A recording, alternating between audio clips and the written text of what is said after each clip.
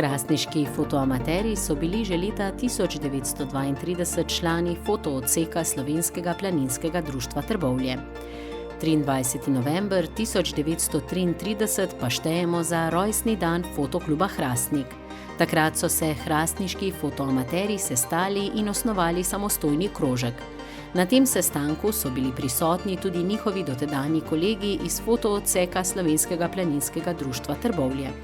Ker je število navdušencev nad fotografijo v Hrastniku zraslo do števila 26, so se odločili in osnovali svoj fotoodsek Slovenskega planinskega društva Hrastnik. Tudi njihovi naslednji sestanki so potekali v gostilni na Rudniku. Organizirali so predavanja, preizkušali nove fotoaparate, nove materiale, nove fotografije, ob vsem tem pa kritično ocenjevali in debatirali. Svoje dosežke so primerjali s fotografijami iz različnih fotorevij, med katerimi je bila najbolj zanimiva Dunajska galerija, ki je objavljala svetovne dosežke s področja umetniške fotografije. Tako so kvalitetno hitro napredovali in zadnji teden leta 1935 so že priredili prvo klubsko razstavo 70 fotografij v tedanji osnovni šoli, današnji glasbeni šoli. Po tej razstavi so pridobili kar nekaj novih članov in 18. maja leta 1936 so krožek preimenovali v Fotoklub Hrastnik in tako tudi pravno postali samostojno društvo.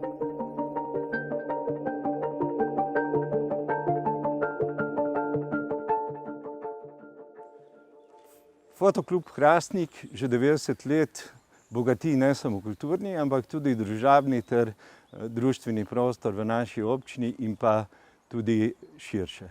Veliko dejavnosti ste v teh letih opravili, veliko je bilo vaših tako samostojnih, avtorskih kot tudi občasnih razstav in seveda speljali ste veliko zelo pomembnih projektov. Hrastničani vas verjetno najbolj poznamo, in ne samo Hrastničani, ampak tudi obiskovalci Hrastnika po urejanju vaše fotokronike. Mislim, da pri vitrini, pri pošti se vedno ustavimo, pogledamo na nek način, kaj ste nam postavili na ogled in s tem vidimo, kako bogato dogajanje je v naši lokalni skupnosti in pa seveda tudi širše. V teh 90 letih ste izpeljali veliko projektov, ampak po mojem mnenju najpomembnejši projekt je fotografska monografija zasavske industrijske dediščine, s katero niste samo prikazali bogato zasavsko industrijsko dediščino, ampak na nek način tudi potrkali na vest odločevalcem, da je potrebno to bogato industrijsko dediščino ne samo ohraniti, ampak jo izkoristiti tudi v razvojne namene. To štempilko smo spremenili tudi iz Fotokino-kluba v Fotoklub Hrastnik. Tam nekje v 70 letih, ne vem točno, sem malo pozabil, pač sem oblikoval neki, da ne bi bil čist objektiv, ampak malo pa asociiran na objektiv od fotoaparata. Pa da so glavni podatki noter, ne. Fotoklub Hrastnik. To je bilo že okrog, mislim, da 1937, ki je Gršak je hodil še takrat v Ljubljano na študij kemije in je prihajal dol in mi smo bili tak družinski prijatelji. In je hodil k nam in nas je zastrupil s fotografijo. Tako da smo tudi ugrizli v to in potem, mislim, da je bilo okrog 37 leta, da je on sprožil to, da se je začel graditi Puharjev dom. Ne. In potem se je gradil in nas je veliko mladih pridobil v klub in nam je predaval dol. Delali smo tudi probe slike, mislim, razvijali slike, pa to, pa razstave imeli v Puharjevem domu. Ja. S fotografijo sem se začel ukvarjati tako samostojno, ne. Nisem pa vedel poteka fotografije. Tako da sem ga pol upeljala Tanšek Milan, Kačič Srečko, pa Brečko Stanko. To so bili trije, ko so bili glavni pri fotoklubi in v teh sem jaz dobil veliko, mislim, vsebine, ne. Potem sem pa začel. Enkrat eno stvar, drugič drugo stvar. Pa tako da se je začel normalno naprej. Ja, sam bolj mlad smo bili, pa tudi odrasli. Tle je bilo starejših, mislim, fotoamaterjev, sami že predni se je ta klub ustanovil, so sami slikali, ne. In potem je Gršak vse pridobil, da so pristopili zraven.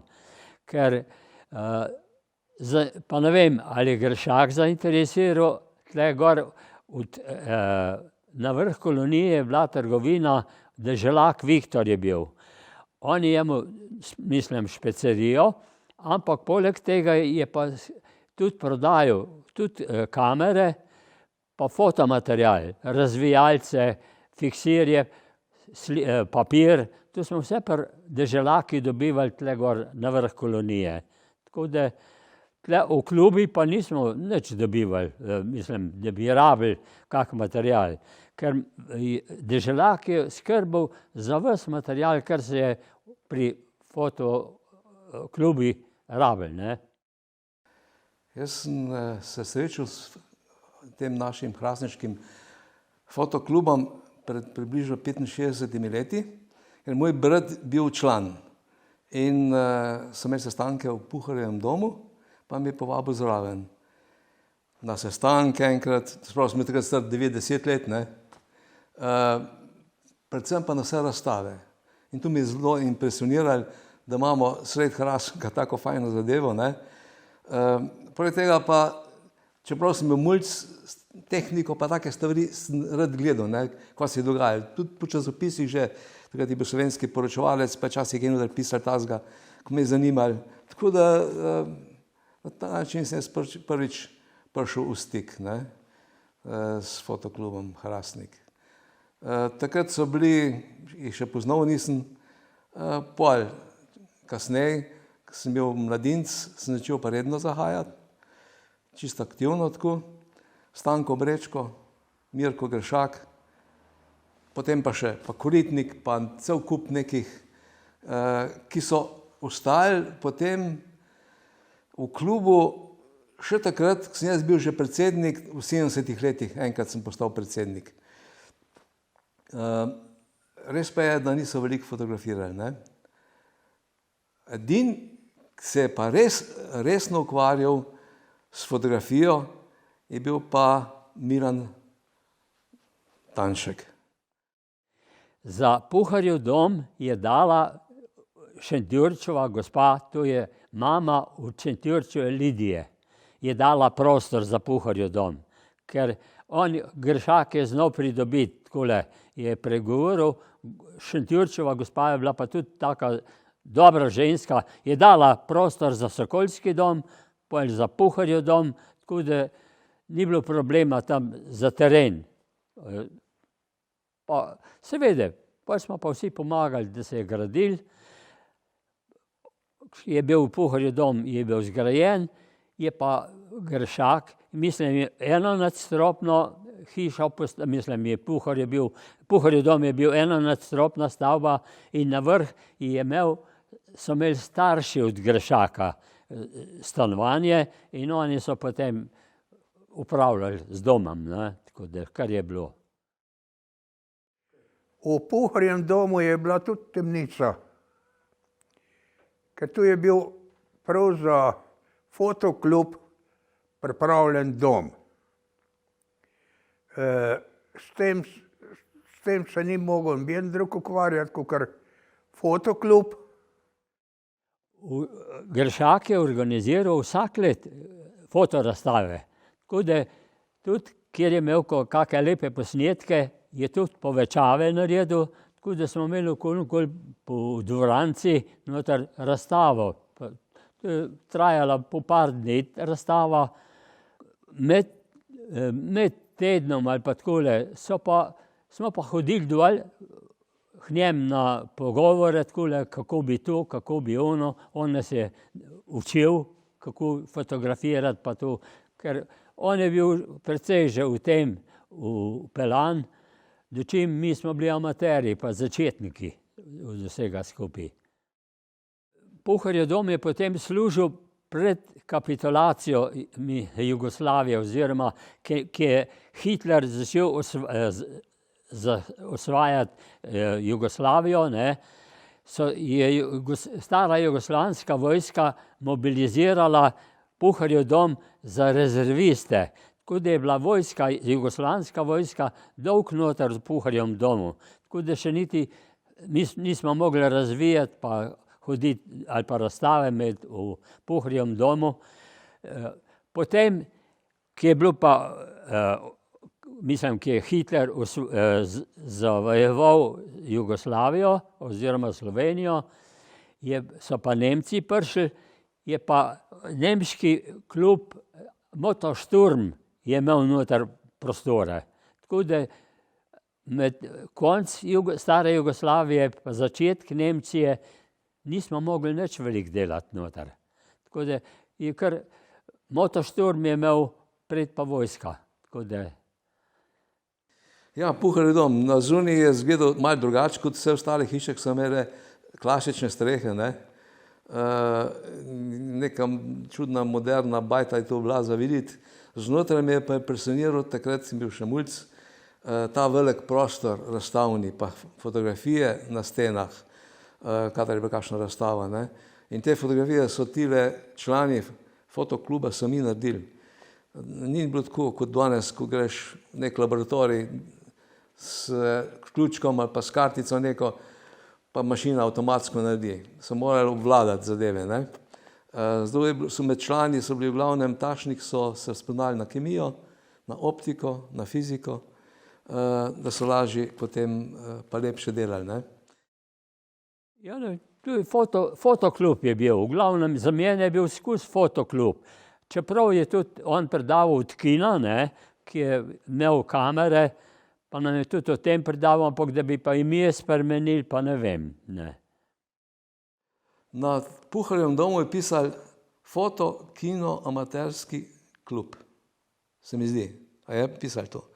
No, in ta kino, nekateri ti starejši člani so se ukvarjali, so snemali na 16 mm filmske trakove. In zato so rekli tudi kino. Potem tega niso več počeli, ker je bilo pač, ne vem, ni se jim zdel. Mi ostali smo pa se potem malo trudili s temi amaterskimi 2x8 kamerami, ki je bil 16 mm film, 7,5 metrov dolg, se ga vstavil v kamero in se ga posnel po levi strani, pa okrog obrnil, pa po desni strani, v razvijalnici so to razvili, prerezali, pa skupaj skupili, pa je bilo potem 4 minute posnetkov, ne. Super 8 je bil malo boljši, tudi na 8-metrski trak.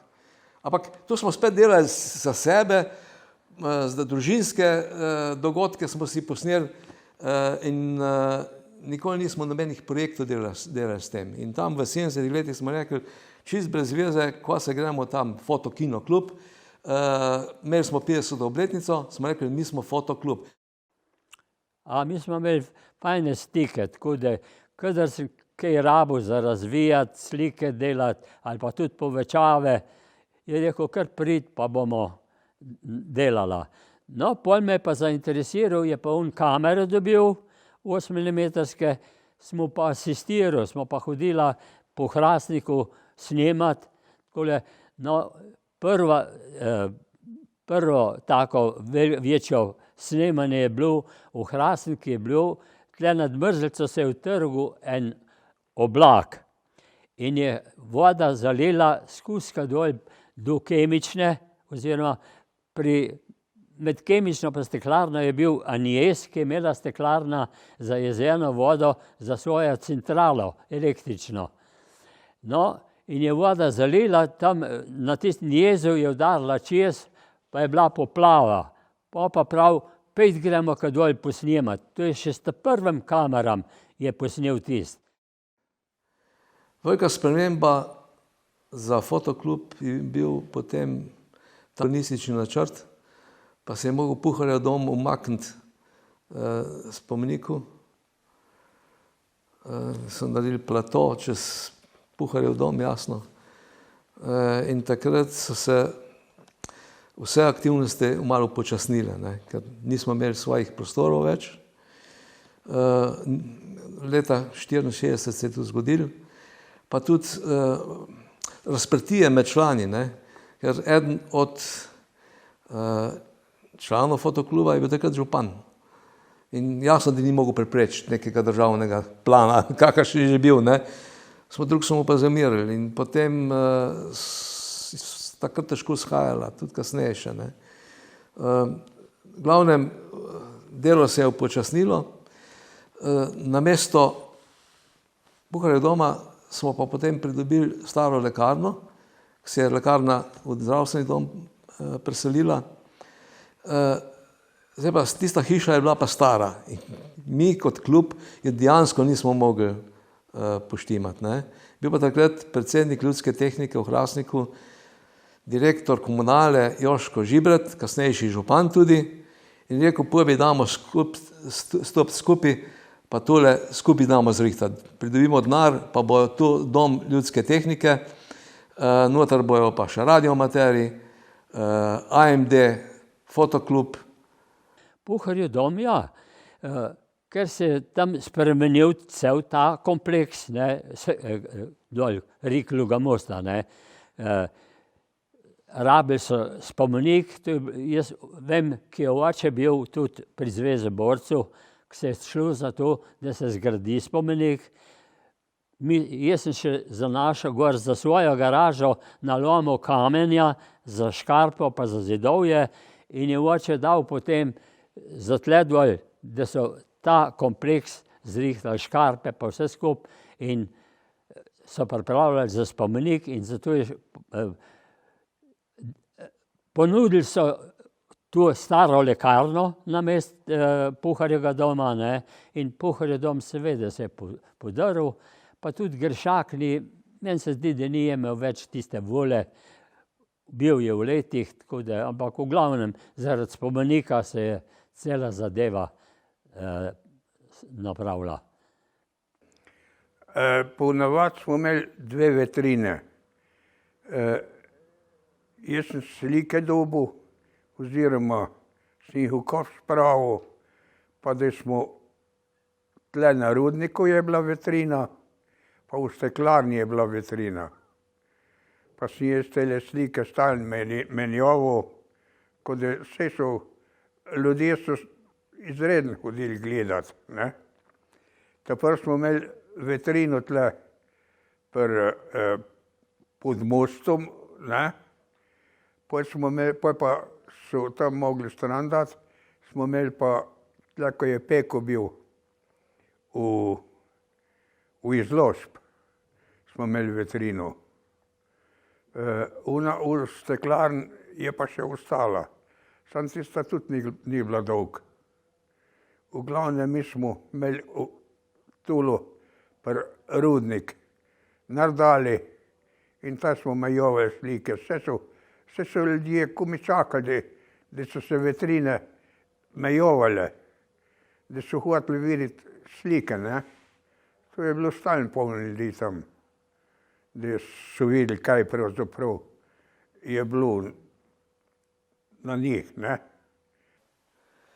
Ja, jaz sem prvih mojih poklicnih 5 let preživel na osnovni šoli na Dolu, ker sem likovnik, sem pač likovni pouk učil. Vmes sem moral še dopolniti te ure s tehničnimi urami, zraven je pasal pa tudi jasno fotokrožek in je zanimalo kar dosti, ne. Imeli smo temnico tudi s povečevalnikom, tako da tiste osnovne stvari so se otroci krožkarji kar hitro navadili. So bili pa trije, med njimi je bil Rolando Kodrun, so pa to zelo fajn obvladali že in so si pač sami delali fotografije tudi brez moje pomoči, ne. In to je bilo v bistvu vsega, ne, ker takšen kader je pol prišel k nam v klub, pa so tle potem lahko delali recimo to hrastniško kroniko, ki smo jo razstavljali v steklarni v eni vitrini, na Rudniki pa v drugi. Glavnem, to je bil lušen del, ne. Na izlete smo pa hodili, to smo, še v Bosno smo šli. Še v Bosno smo šli, v Jajce, smo videli tudi te zasedanje, Avnoja pa tu, pa na drugo stran so bili tiste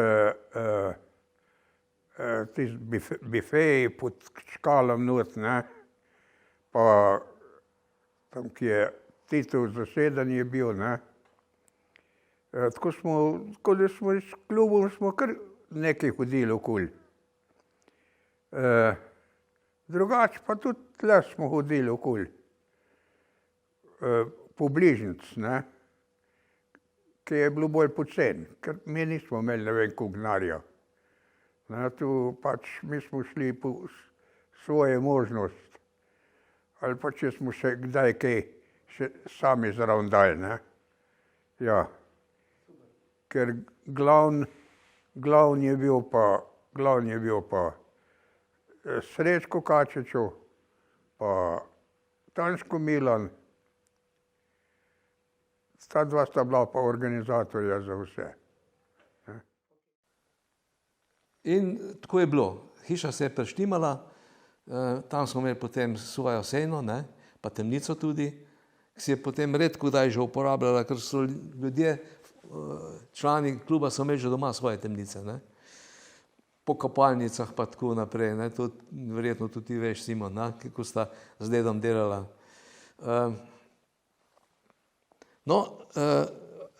Predvsem tam v 70 letih se je zadeva spet razmahnila, da je bilo dela veliko. S to kroniko hrastniško, s fotoizleti,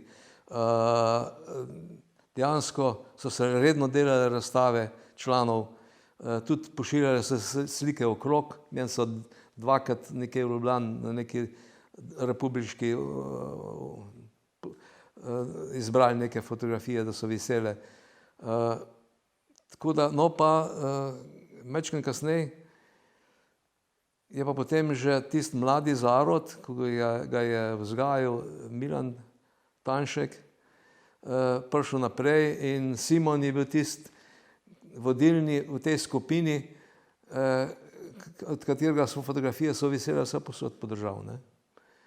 Se pravi, fotoklub dejansko iz pogorišča Puharjevega doma zrastel in se obnovil in dela naprej čez krizni čas, danes je pa sploh, ne, eden teh glavnih v Sloveniji, ne, kakor vem, čeprav nisem več zraven. Trenutno klub šteje nekako 25 članov, plus minus, so pa člani niso sami iz Zasavja, so nekako iz cele Slovenije. V bistvu je to, da se družimo, ker smo tudi, nekateri so začetniki, nekateri se s fotografijo ukvarjajo profesionalno, tako da imamo lepo zbalansirano to. Glavno pa je neko druženje pa pogovarjanje o vizualni kulturi, o vizualni umetnosti. Pa tudi smo že zadnja leta imeli zelo kvalitetne razstave, s katerimi tudi osveščamo nekako občane Hrastnika in širše, da je fajn se ukvarjati tudi z duševno hrano, ne samo s to primarno.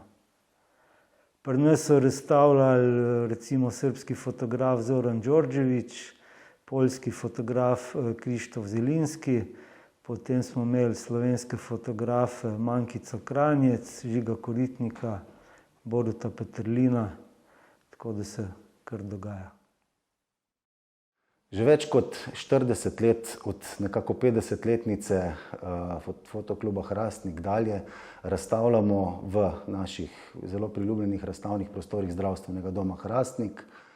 Nekako več kot 50 let pripravljamo tudi reportažne razstave v vitrinah pri Hrastniški pošti. Naše glavno razstavno mesto je Hočijeva galerija v Delavskem domu v Hrastniku. Razstavljamo pa tudi v podjetniškem inkubatorju v Hrastniku in pa na številnih drugih razstavnih mestih, ki jih nekako najdemo za naše razstave. Tudi hrastniški župani so bili dosti naklonjeni našemu klubu, zato ker smo enostavno dobro delali in če smo lepo Hrastnik slikali pa dogodke, je bilo tudi fajn za njih. In tako Joško Žibret, potem Leopold Grošelj, Miran Jerič in danes vem, da za kulturo pa za te stvari tudi novi župan Marko Funkel. In se pravim, od župana smo vedno imeli podporo. Spoštovane članice in člani Fotokluba Hrastnik, jaz bi se vam ob 90-letnici vašega delovanja rad zahvalil, izkazal globoko in dolžno spoštovanje za vaše opravljeno delo, željo, da tako dobro delate tudi v prihodnje in pri tem uživate. Srečno, Fotoklub! Hrastnik ima srečo, da ima v svojem kraju tako veliko dobrih društev. Med njimi je tudi Fotoklub Hrastnik, ki absolutno daje neko dodano vrednost ljubiteljski kulturi v našem kraju. Ne le zaradi arhiviranja številnih pomembnih dogodkov, ki puščajo spomine, temveč tudi zaradi dejavnosti same, ki je brezčasna. Od začetka fotografiranja pa vse v prihodnost je fotografija vedno aktualna in vse bolj bo tako tudi vnaprej.